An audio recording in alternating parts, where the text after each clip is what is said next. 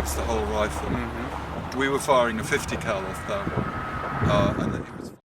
Welcome back to the show. You're listening to the Rex Reviews podcast. Lou McCoy, Tiborosaurus Rex, and Casey Day in the studio once again, broadcasting today in the shadow of the Tatra Mountains. And one of the questions that we get a lot written into the show here are folks concerned about wanting to take a class from you, Mr. Rex. They want either to come to your shooting range or they want you to come out to wherever they are and they want to absorb all of your knowledge like a sponge. They want to figure out and learn and be the best in the world.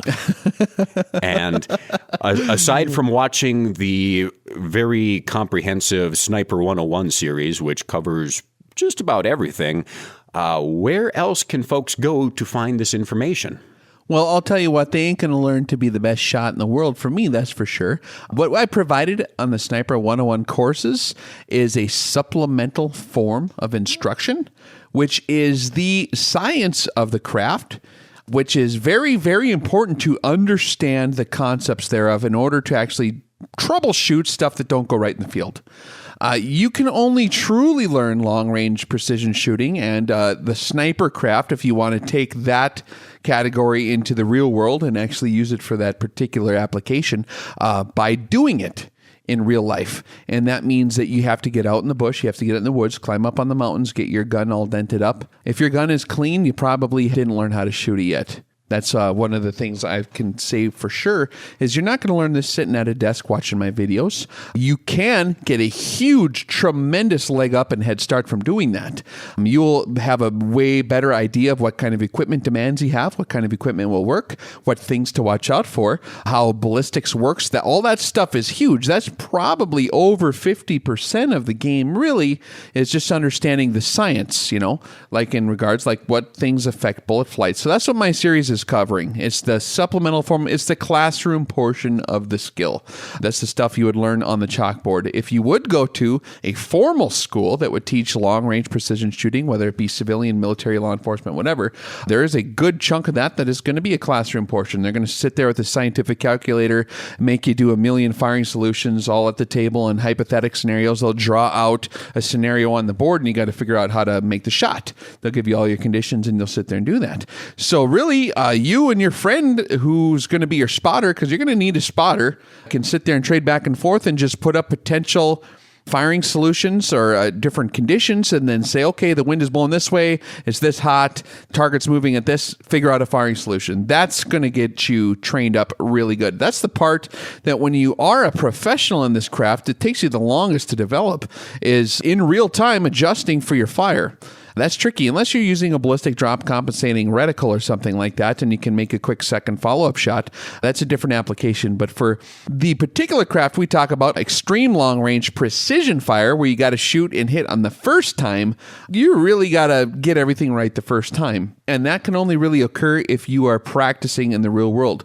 Because on paper, it's only really simulating what's supposed to happen. There's other things that go on. And unless you actually do it, your brain is not going to learn it. And it's a muscle memory deal too. You got to learn how to shoot. You got to learn from experience and from mistakes.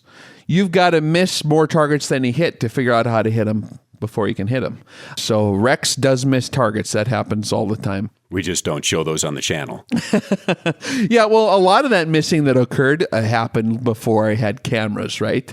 So you didn't see the part where I'm struggling, like leaning across artificial support improperly and missed by like 6 inches off to the left because the gun rattled funny. That stuff happened when I was a kid and when I was learning how to shoot back in them days, or like forgetting to come back down to the zero stop after you're done shooting at one distance and you go back out. It's common mistakes like that. And then you dial up more so you didn't come back down the full revolution on your elevation turret. Now you're shooting twice as high as you wanted to and you missed by like 20 feet over the top. That happens, man, when you're learning it. But until you do it, embarrass yourself enough times in real life and have other people kind of go, what the heck was that deal? And then, oh man, what happened? You struggle with it. That'll burn it into the memory. So you got to do this stuff. You got to take this out into the field and you've got to do it, but you've got to do it a lot. You probably got to wear out a rifle once to figure it out.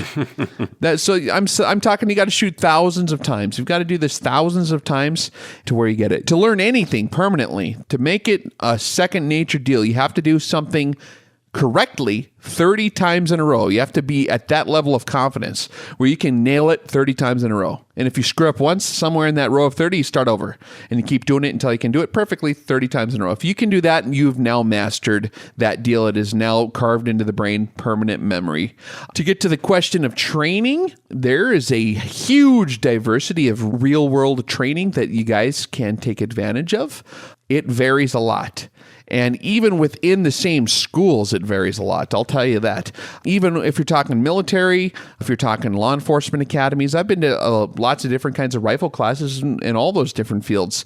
And I'll tell you what, it depends on the exact guy who's there that day training, because he can either be a complete yahoo who's excited to have that role because now he's cool, or he can actually be an old guy that knows what the heck's going on. And if you don't know none the better to double check what he's saying, you might learn the wrong stuff. And there are certain places that do a better job in general. If you're talking about the civilian world, I actually do not provide formal training, in-person training, typically. I do hang out with people. I do travel all over and observe different training events and things like this, or competitions or sniper events or whatever they're doing all over the place, because I like to learn from myself. And I do visit with a lot of other shooters. I visit with a lot of instructors. I visit with people from all over the place on how things are conducted. And I never argue with them. Sometimes they say things that are erroneous. Sometimes I'm sure I do, but I'll never pick an argument. I'm just there to observe and learn. And I can learn from stuff they're doing wrong, and I can learn from stuff I'm doing wrong. So it's just one of them things. But when it comes to me training as a liability issue, I've never done that because of the nature of the YouTube channel. Anyone on the face of the earth can watch these videos, and I can't vet everybody. I don't know who people are. I know from experience in life and from other jobs that there are people who can come forth with a stated set of intentions, and I can't vet that unless I've been knowing them for the last 5 or 10 or 15 years or 30 years or whatever it's going to be, right? Those people I can trust that they're not going to misapply the knowledge that I would give them firsthand. Really, the stuff that I provide is nothing different you're going to read if you read a lot. I mean, if you get a sniper manual, you get good books. That's another excellent source of the supplemental education that I provide. Remind me, Lou, before we terminate the discussion, to give my recommendation on the best books, because that's a really good way to go. That's going to be, books are very thoroughly vetted. It comes straight from the expert's mouth, usually in that case, especially stuff that's used universally for different trades and stuff like that. So we'll go over that. But when you're talking about trying to vet these people, it can be very difficult. And I've had lots of really, really cool offers to come out and train different outfits, personal security details, stuff overseas, stuff domestically, stuff with militias, stuff with, I don't know, just everybody wants to get trained, or elk hunters and all kinds of folks. But the deal is, I don't know who they are. I don't know what they stand for, so I don't want to take that responsibility on my shoulders. However, I can provide supplemental education all day long, because what you do with your supplemental education is up to you. So it's just my personal deal. Plus, I don't have a lot of time. I am now regularly employed doing other things as well. So it would require weeks to actually get trained up to a degree to where I would feel comfortable turning you loose and saying, hey, you're now an alumni of the Rex Reviews shooting course. It would take weeks.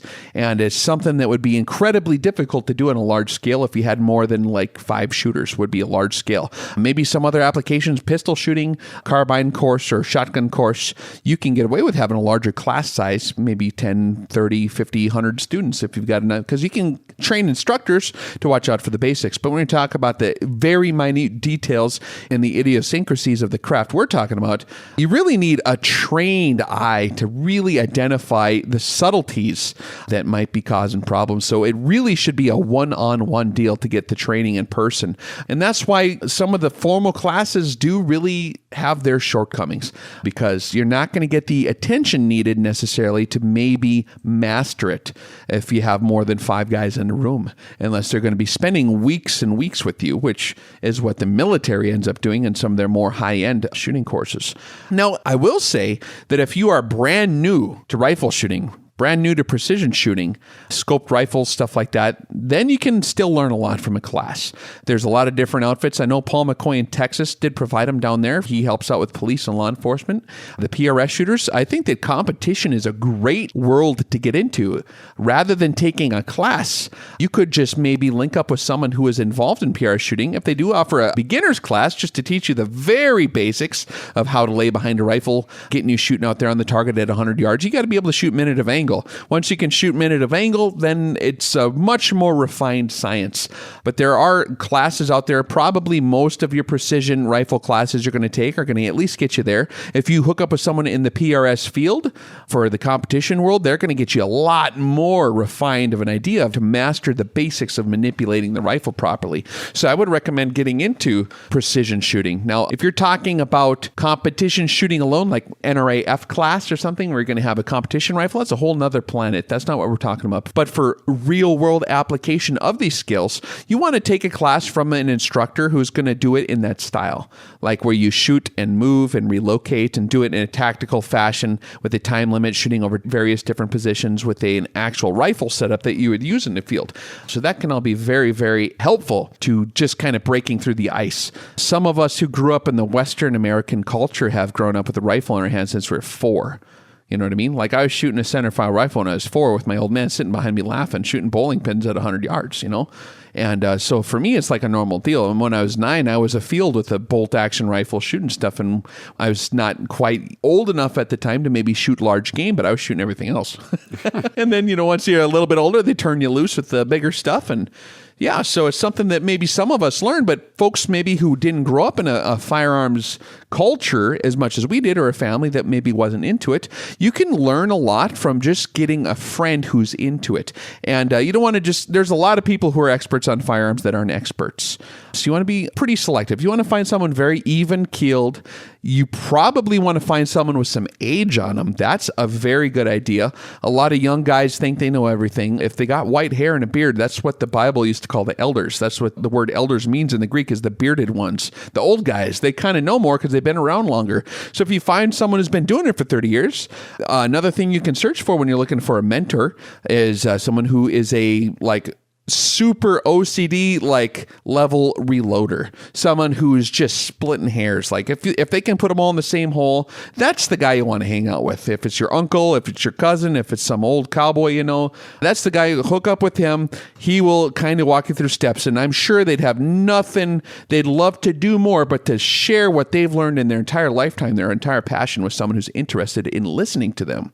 So that's a free way to get vastly superior training over what you would get in a law enforcement environment, civilian training environment, or even a military training environment to a certain degree.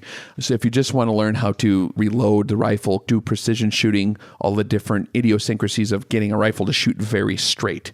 Now, when you're talking about extreme long range and the sniper application, those are special skill sets that you're going to add in addition to the base work, which was your reloading, your basic rifle marksmanship skills. So that is something where you might need a more specialized course, because there's not a huge abundance of guys that really know how to do all that. That's where this course is kind of filling in the gaps. My Sniper 101 online series is assuming that people kind of know how to shoot a rifle halfways. I do some basic instruction on fundamentals of shooting positions that get into more advanced levels of harmonics and how to manipulate the rifle without throwing the shot. That's later on in the Sniper 101 series. You want to catch that one. That's a really good episode, actually. Stuff that even experienced shooters kind of miss the details on. We do cover all that in the series. But when you're talking about learning how to apply firing solutions to tactical scenarios and doing it in an efficient, streamlined, quick fashion that's effective, that's something that is hard to recommend a certain course for, because like what we said before, you have such a diversity of different guys. There are some civilian marksmanship programs that do really good with that. There's even some of the YouTube channels that provide actual training, and I'm not going to say maybe exactly who they are, but there's some of these guys that actually kind of know what's going on with this stuff, and they're at least going to get you to the basic level. There are certain channels and certain providers of these classes that are pretty well known. They might be sponsored on your TV type shows. Those are going to generally you're going to have a more consistent quality on that, because they do have a reputation to keep track of. There are a lot of ma and pa operation type places that I am aware of, and I know a lot of the folks who teach at those too, and those are very much hit and miss. Some of them are incredible, like some of the best guys you'll ever meet in the world. They might even be better than the world-class official courses. Is just some guy who really knows his stuff. He'll teach you what's really going on. And then some of them can really portray like they're that guy, but they are not. And they're all into the ego of being the cool guy in charge, and they just have fun pretending to be an instructor. And there's a lot more of those than there is of the other one. When they get online, when they start looking up this stuff on YouTube or Google or whatever, what are some keywords that they should be looking for? Oh man, that's a tough one. You probably want to see how many students go through the course. Your bigger outfits are going to probably do a better job that put more students through. They're probably going to have more resources to actually hire people that are going to know. You got to pay close attention sometimes to the resumes if someone's going to provide you with a firsthand shooting instruction. Your special forces community usually does a pretty good job. Most of those guys probably are Bravo 4 ASI designates, snipers from actual like Army marksmanship training units who have actually taught that kind of instruction in the past. And so you want to kind of just look at the background of these guys and see if they can provide you with that. That'll give you more consistent. However, some of the best shooters in the world are civilians. There's one guy in particular who actually runs around and he has a big beard, and I ain't going to say his name, but I know some of the guys who work with him, and he's actually kind of grew up out in the Western American culture there, and he trains the special forces classes because he's developed those skills throughout his entire life through wherever he learned it. So it's not really a resume-driven issue either. Although the resume can kind of give you a certain guaranteed level of quality, you don't want to stop at that. A lot of times the guys with the military or the police experience are maybe inferior to the other guys. It might be easier this way. What would be a red flag saying, don't listen to that guy? That's a really good question in general, and this is just with anything in life, whether it be race cars or guns or anything, guitars, whatever. In my experience, true professionals in any craft, whatever the heck that is, who are very confident in what they do and what they're doing, are not going to have to wear it on their sleeve. So it's going to be a personality-based interview to some extent. They're going to be very comfortable in their shoes. They're not going to have to portray themselves as a tough guy, or they're not going to tell you war stories about how experienced they are in blowing dudes' faces off while they're sitting on the toilet. They're not going to quote to you movies as their life experience, things like that. So if you get a guy who's kind of maybe a little bit loud with his volume on it, now, if you're talking about like SEALs or something, those guys are just cocky. Our Army Rangers, some of those outfits, Force Recon guys, they are kind of loud and cocky sometimes. So you might get that cross-section, and everyone's an individual. But your true professionals, and especially in that craft, are going to be very probably soft-spoken guys you wouldn't think nothing of when you saw them next to you at the grocery store buying a loaf of bread. And they're sitting there, with their kids, and they got their shirt tucked in, and they look like probably an accountant.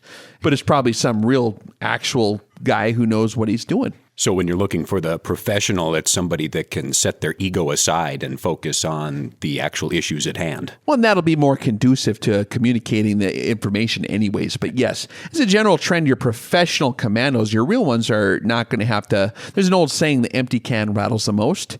And a full can, when you shake it, it doesn't really rattle. It's just full. It doesn't need to rattle. The big dog doesn't bark. The little dog barks all the time. Those things are all true in life. But that's not the end-all test either, because, like I said, people are different. I met some guys who are amazing at what they do, who also know it and are cocky.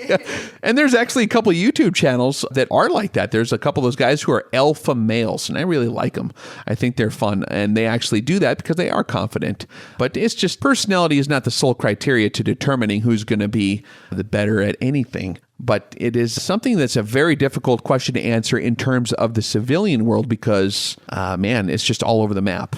So when you're looking to educate yourself, there's a lot of different facets to consider. You've got the supplementary education, whether it be via your YouTube channel or different books that you can read, and then also the real life experience, getting behind the rifle, going out and shooting, and trying to absorb that knowledge secondhand from somebody who knows what they're talking about. Yeah, so when you're talking about formal instruction on the civilian world, like we said before, there's so many different things to weigh in. But if you find people who compete, if you find someone who is a winner who competes, that's who you want to learn from. If they're in the competitions shooting world, they're probably going to be a good shot if they're winning, right? So that's the guy you want to go follow around. And if they provide courses, that's good. And to be honest, I do not know a lot of those people. I know a few, but I don't know a lot of them. And they're not consistently always offering training because they're too busy out there winning stuff all the time. So it's kind of tricky. When you're talking about law enforcement world, It is all over the map in a worse way. Some of those outfits send their guys to very good schools to learn, but generally speaking, it's very, very much all over the map when you're talking about the long-range precision shooting craft. Some of the police shooters are very good at what they do. They very much get into it, and some of them who think they're very good are not so good. I remember there's a show on the Discovery Channel, like way back, called The Urban Sniper or something, and they had this guy with he had like the blue urban camouflage on. He had the SWAT helmet on. He had the tackle. He had the propeller on his head, the blinking light, the tattoos. He had the little mustache. He had all his gear on. He had his rifle with so much junk on it. You couldn't even get out of the van in the back. And it gets stuck in there. You would use this guy as a grappling hook to throw over the wall because all his equipment would snag on anything, And he was standing there and he had the pose down. And they always find those guys when they have the cameras out there to make a documentary. All the actual professionals usually hide in the closet, like, oh, here comes a stupid camera. Let's get out of here, And they'll escape and evade while your guys who want to be known as the big turbo expert jump in front of the camera first thing. And man, this guy had all his stuff on this Discovery. What did he say? I am an urban sniper. And they kind of zoom in on him and they wait. And then he says, I am able to hit man-sized targets from 0 to 100 yards. And I'm just like, well, that's a good start, I guess. But I don't know, man. And they're not all like that. Some of those guys actually are good shooters, And the FBI's requirements for police snipers, they have a whole different criteria, though. They're not engaging targets at long range. Police snipers are engaging targets across the street. So their style of shooting is very different. They need to be very precise in a hostage mitigation situation so they don't shoot the lady's face off, but they shoot the bad guy's face off. And you got to aim for the no reflex zone. And that's right in the middle of the head, right where dead center in the head, right where the brain connects to the spine. And then they can't pull the trigger on their hostage. See, so you got to be very precise with your shot placement. So they're discerning shooters, but they're not doing all that long range business. And a lot of guys think they can do that crossover because they saw a movie or read a book, or because they got a chart telling them where to adjust their scope. And there's just a lot more to it than that. So generally speaking, when you're talking about law enforcement sniper training, it's a different application of fire. It's done at usually within 100 yards. If you look at the standards that the FBI requires their snipers to be qualified, it's a test that most deer hunters could pass without a problem. You got to put a couple bullets inside a little square that's over a minute of angle, big, just a little bit over a minute of angle. And that's all you really need to do there. They're not doing extreme long range complicated firing solution equations or any of that stuff. And it's not to be talking down at it. It's just a different application of fire. So take that into consideration.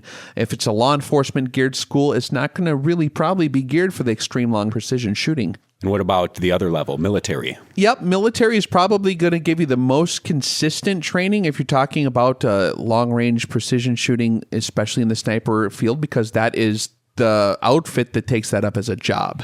So the people that depend on it with their lives are going to be the ones that are probably most equipped to actually show you how it's really done. Everyone else is just doing it for fun, right? Like when I'm up here in the Rocky Mountains or in the Tatra Mountains or wherever I'm at and I'm shooting my rifle, it's pretty much for fun, right? I'm not actively right now in the military shooting at jihadists or something, right? But those are the guys that do depend on that stuff. So they have pretty good school set up, especially since the 1970s and 80s. They've gotten kind of refined, but in the last, since the 90s, they've really, really advanced a long ways in the sniper schools for the U.S. military. And there's a lot of different grades too. You can look at a designated marksman in a squad. That's the guy that's given the scoped rifle. And like in the movie Saving Private Ryan, he would have been your designated marksman, the guy with what's the guy's, I don't forget the actor's name, the sniper guy. I can't remember. Sure, but that would be a designated marksman. He's assigned to a normal infantry unit. He's going to be running around with the scoped rifle, and he's going to be in charge of making precision shots if they need to be made.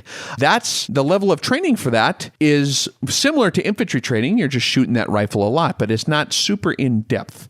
If you're talking about formal sniper training, there's a difference between that and a designated marksman. A formal sniper, we'll just say it in the context of the U.S. Army, the U.S. Marine Corps actually has a specific skill set attributed. That's a full-time job, is to be a sniper. The Army does not yet, at this point, according to my knowledge, have a actual sniper MOS at this point. They do have, it's an ASI designation for the U.S. Army that you add in addition to a skill set or an MOS. Like if you're in infantry or if you're in combat-related job like that, you can go to the AMTU, the Army Marksmanship Training Unit, and you can get Bravo 4 ASI designated. And then you are now a Army sniper because you went to Army Marksmanship Training Unit and did the sniper course there. And it's a skill set you add onto your resume. And then they kind of know that. And that will take you through what you can read in the Army Field Manual 23-10. Most of it's field craft, how to employ the system, how to dig a hide, how to report on enemy positions properly. A lot of it's Pfister School, a lot of how to report for fire support and stuff like that.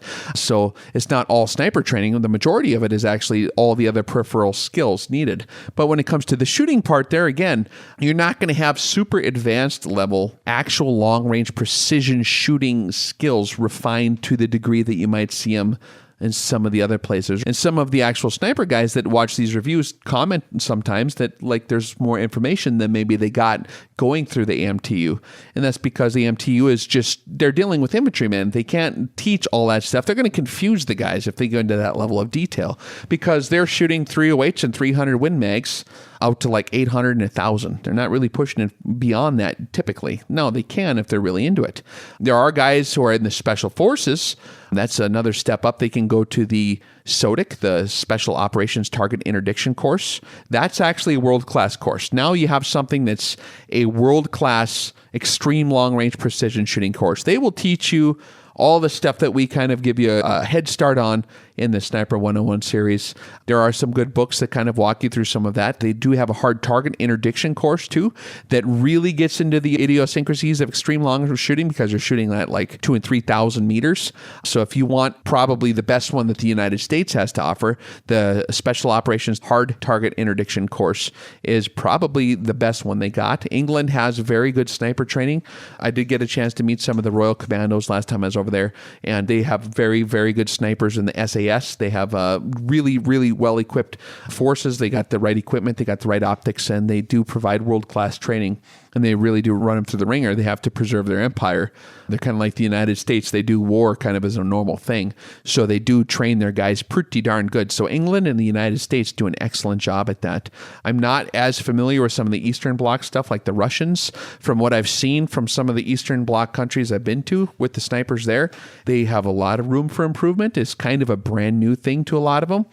They're maybe more at that designated marksmanship level. And actually the civilian fields and the competitive fields, when you get into those parts of Europe, are actually probably way better equipped than the militaries in terms of long-range precision rifle fire. So there again, there's like this huge confluence of different skill sets that all kind of overlap and share information. A lot of the civilian-driven programs are actually kind of the foundation of the military programs and the competition-based. If you look at the guy who wrote the manual on modern sniper tactics, Carlos Hathcock, we talked about him a couple times, U.S. Marine Corps during Vietnam, he was a competition shooter.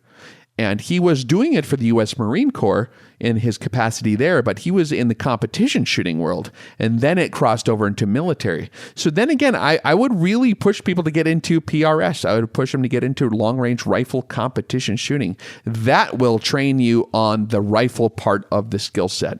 When you're talking sniper skill set, the sniper's really the military application of precision shooting, which is a whole lot of stuff that we never even touched in our series. The 101 of a sniper is to understand your rifle, and that's all we're covering in 101. If we did, theoretically, Sniper 201, then we would start learning actual field craft, and 301 would be like how to apply those skills in combat or something, right? But I'm not going to get that far into it. I'm just doing the rifle part. So that being in mind, I would push people if they're looking for formal instruction that maybe they shouldn't look for formal instruction unless you want to give your life away to the military and maybe try to climb the ladder and get up into SOTIC one day. But that's very, very hard to do. Pretty much no one who wants to do that, who joins, ever gets there. It's all the guys that didn't want to do it because they have very fierce personality vetting.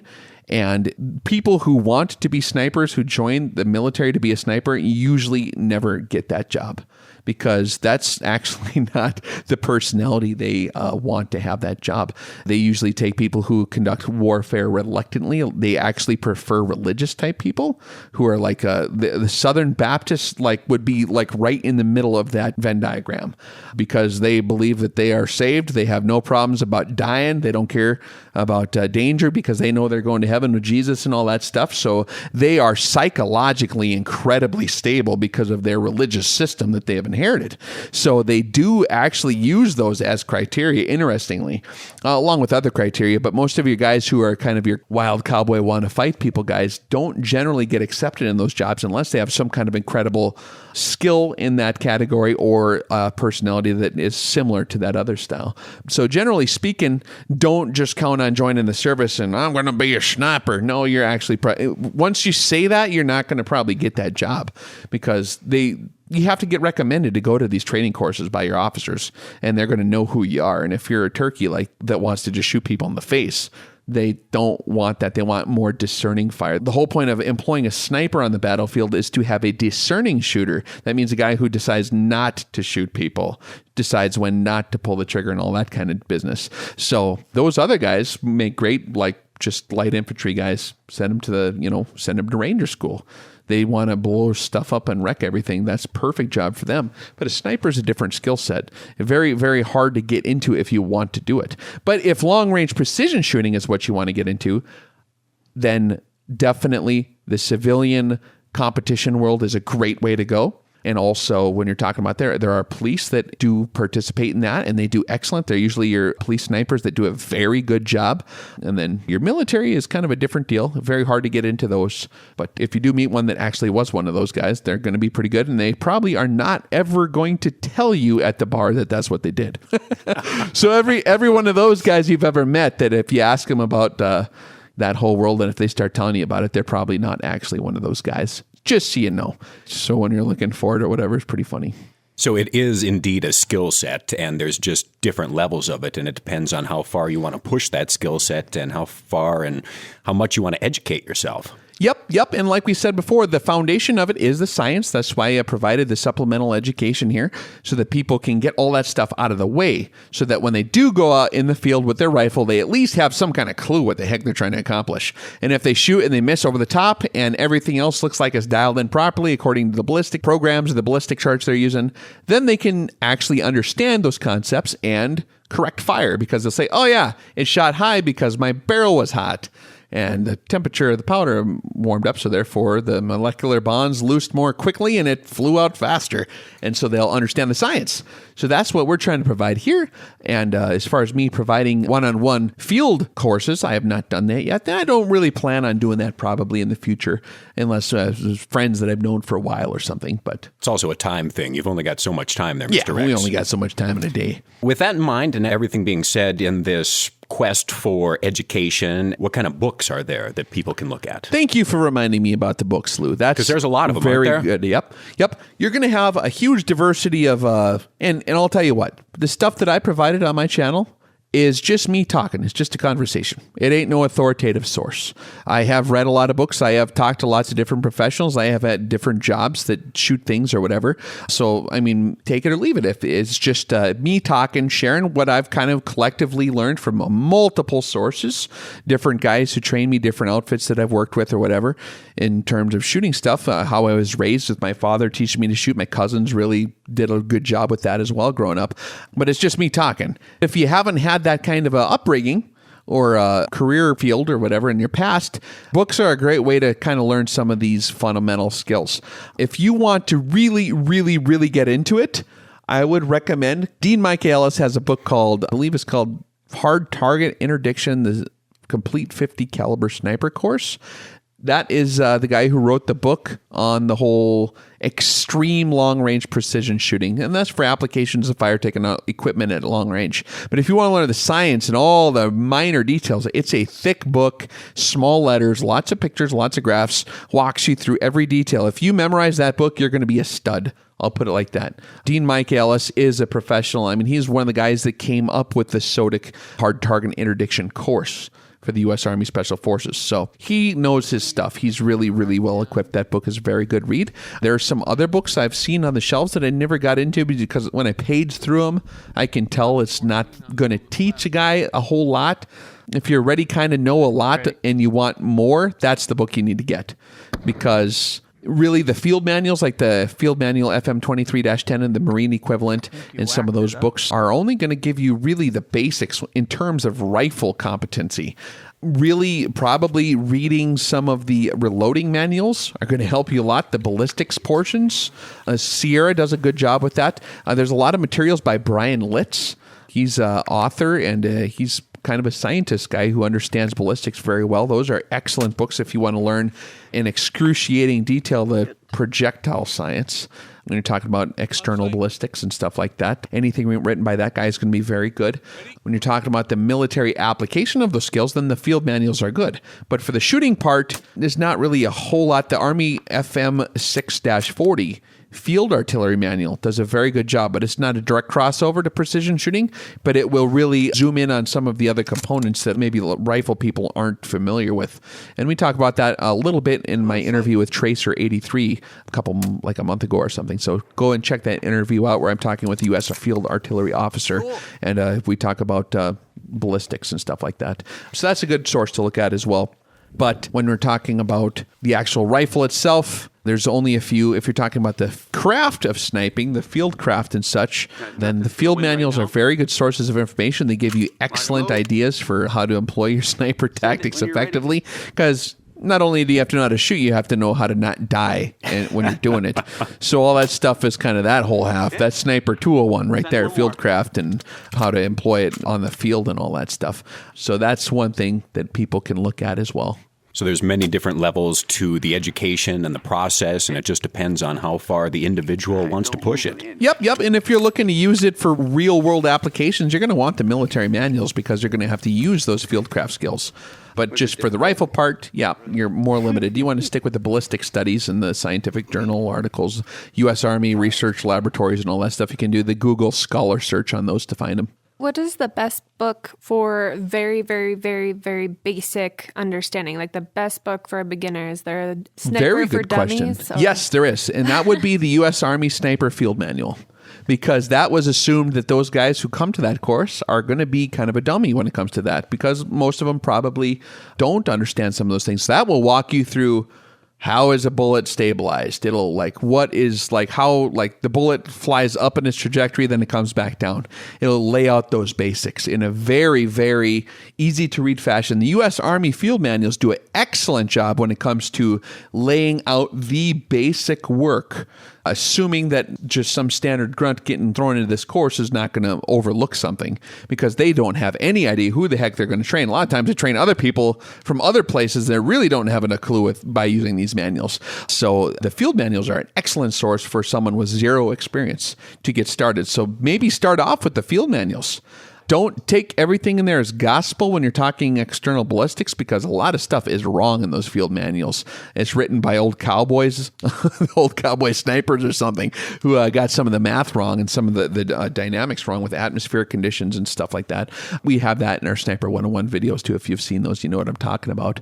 But yep, the field manuals are a great source to give you a basic idea, and then refine that, climb your way up, and then you can find some of the more advanced sniper manuals that are done aftermarket. There's a couple good books, and I can provide those in the video description links on the video excerpt portion of this when I look them up on the computer. But if you want the advanced studies, you're not going to understand Dean Michaelis's Hard Target Interdiction book unless you at least understand everything that's in the basic Army manuals or the U.S. Marine Corps field manuals.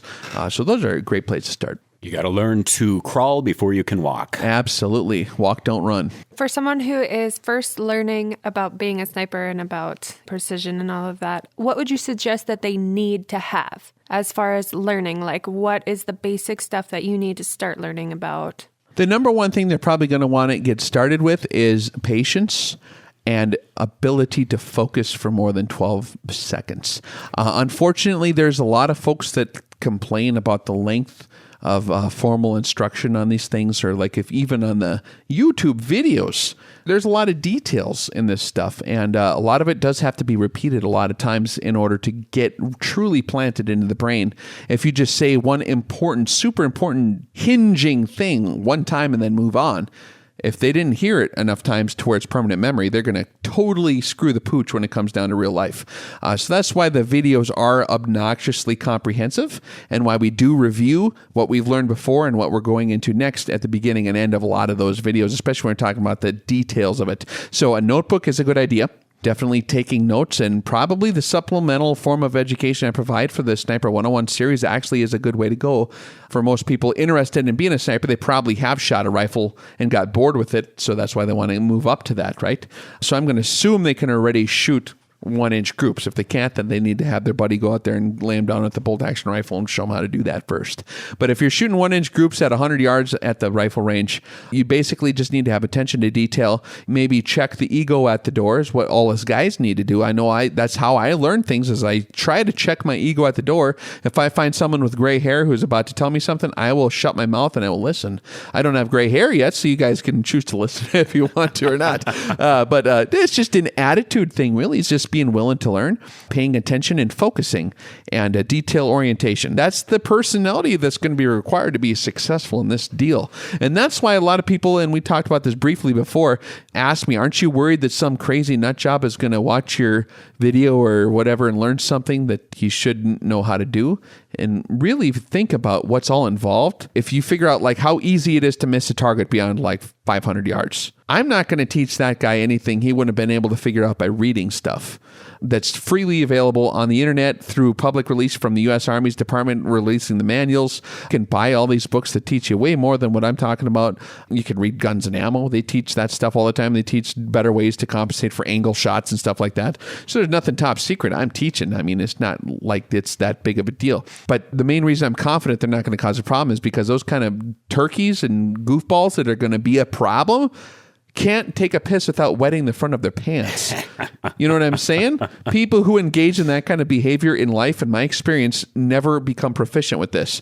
They are the guys yelling Alua fudge bar, shooting an AK from the hip that they forgot to load and the safety was on, so they're trying to cock it when they come out of the bathroom on the subway, and then 3 American guys tackle them and beat them to death halfways with the rifle. So they're not really that big of a threat in terms of like being able to finesse some high-grade rifle system and accomplishing anything in real life, in my opinion. And if they do have those skills, that means they're more of a focused individual.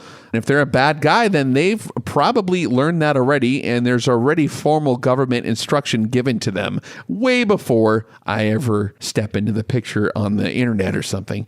So it's not something I'm generally worried about because it's not really teaching them something they're able to even learn.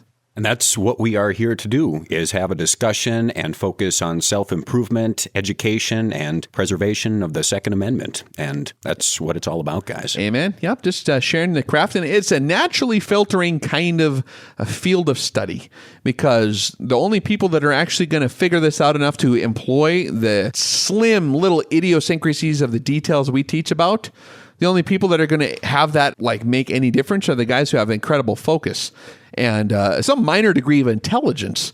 And that's going to filter out all your idiots that are going to go and cause problems on the face of the earth. Those people are already causing problems with knives and AKs and whatever else they're doing with bombs that don't go off half the time, and half the time they do, they blow themselves up, thank God. So, I mean, if they're bad guys, they're like I said, they're not going to have any success in this deal. So with all that in mind, it just depends on your level of ability, how far you want to push it, and finding the right resources to do so.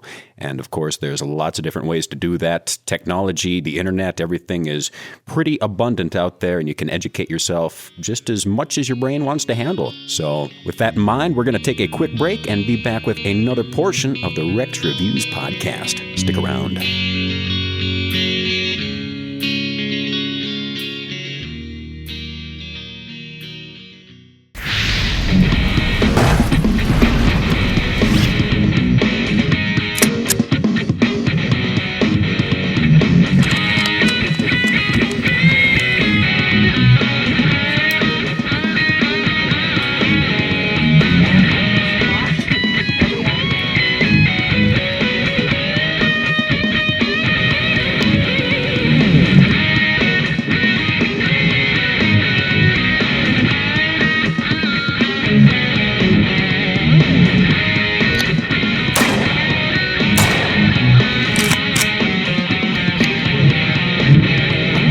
still, but she hits me, disassembles my leg. So I went to the doctor and he gave me a leg. Now she waits, some of us are dreaming, that hope that she kills instead of leaving the name. No, she's a minefield, she'll watch your body from the soul.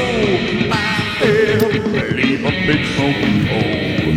Minefield, please don't beat off my leg. Minefield, let me through, I beg.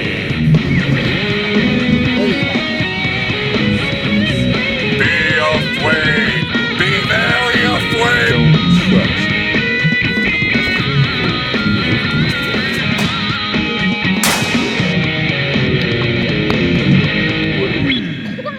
What's that little round thing over there? Get away!